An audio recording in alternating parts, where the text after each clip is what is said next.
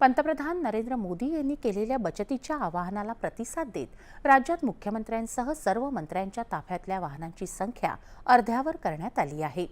मंत्री आणि अधिकाऱ्यांचे परदेश दौरेही रद्द करण्यात आले आहेत। या संदर्भात मुख्यमंत्री देवेंद्र फडणवीस यांनी उच्चस्तरीय बैठकीत विविध उपाययोजनांचा आढावा घेतला। त्यावेळी त्यांनी काही निर्देशही दिले। त्यानुसार बहुतांश बैठका ऑनलाईन घेण्यास सांगितलं आहे। मंत्री आणि अधिकाऱ्यांनी किमान एक दिवस सार्वजनिक वाहतुकीचा वापर करावा, शासनातर्फे वितरित करण्यात आलेल्या वाहनांचा काटेकोरपणे आढावा घेण्यात यावा असे निर्देशही दिले आहेत।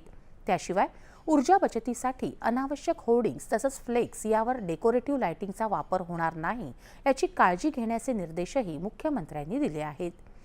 देशहित डोळ्यासमोर ठेवून दूरदृष्टीनं बचत करण्याचा निर्णय आम्ही घेतला आहे असं मुख्यमंत्री फडणवीस यांनी म्हटलं आहे।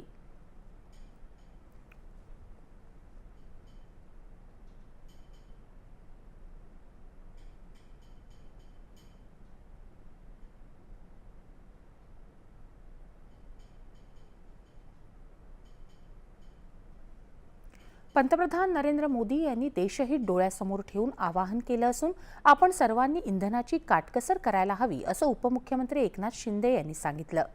राज्यपाल जिष्णुदेव वर्मा यांनीही आपल्या ताफ्यातील वाहनांची संख्या कमी करण्याच्या सूचना दिल्या आहेत। गृह विभागाला विद्यमान सुरक्षा व्यवस्थेचा आढावा घेऊन त्यांच्या ताफ्यातील वाहनांची संख्या कमी करण्याची शक्यता तपासण्याचे निर्देश राज्यपालांनी दिले आहेत। मर्यादित संसाधनांचा जबाबदारीनं वापर करण्याला प्रोत्साहन देण्याच्या उद्देशानं राज्यपालांनी हा निर्णय घेतला आहे। पंतप्रधानांच्या आवाहनानुसार विविध राज्यांनीही पावलं उचलायला सुरुवात केली आहे। उत्तर प्रदेशचे मुख्यमंत्री योगी आदित्यनाथ, मध्य प्रदेशचे मुख्यमंत्री डॉक्टर मोहन यादव यांनीही आपल्या राज्यातल्या नागरिकांना राष्ट्रीय हितासाठी पेट्रोल आणि डिझेलचा वापर कमीत कमी करण्याचं आवाहन केलं आहे। ताफ्यात कमीत कमी वाहनं ठेवण्याची आणि दौऱ्यात वाहन रॅली बंद करण्याच्या सूचना दिल्या आहेत।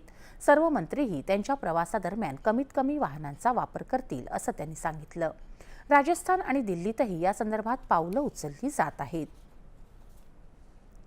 मौल्यवान धातू आणि त्यांच्या घटकांसाठी सीमा शुल्काच्या